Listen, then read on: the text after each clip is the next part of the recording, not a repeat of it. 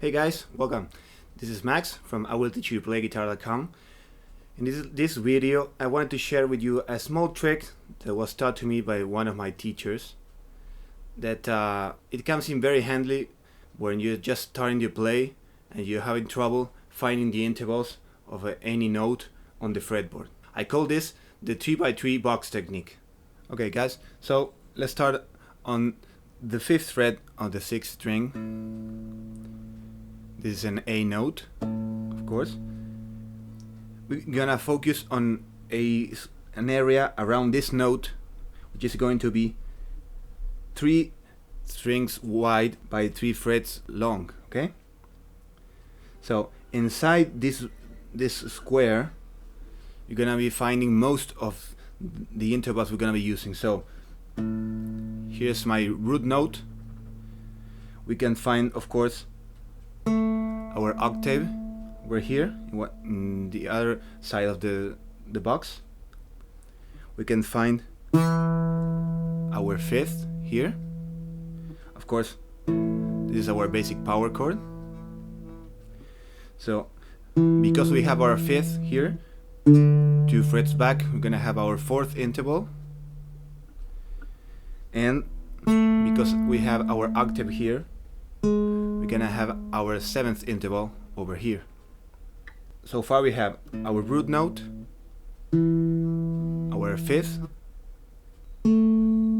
our octave, our 7th, and we also have our 4th here. There's one more note we can find here, is over here, is our 2nd interval. So in this little section of the fretboard, we can find most of the intervals. The only 2 intervals that I believe are the most important that can be found outside of the box are, of course, the 3rd. So this is what you can do. If this is your root note, you can find your 3rd over here, which is just outside the box, and you can find your minor 3rd over here, which is again just outside the box. So this same pattern can be repeated all over the fretboard, starting on a root note both on the 6th string as pretty much anywhere else, with just one single caveat. Okay, if we were to take a root note on the 4th string over here,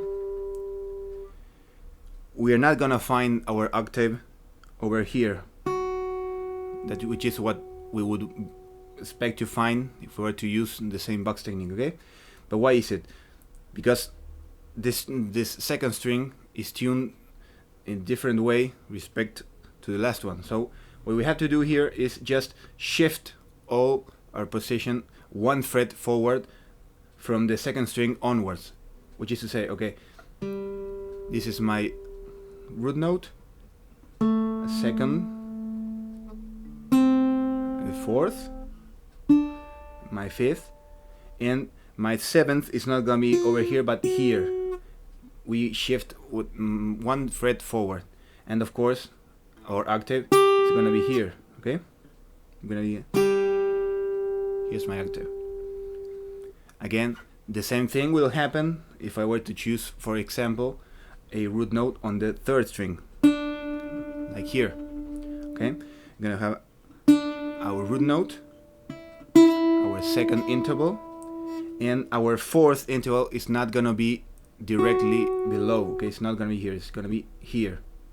So it's gonna be root note, 2nd, 4th interval, 5th, our 7th, and our octave over here.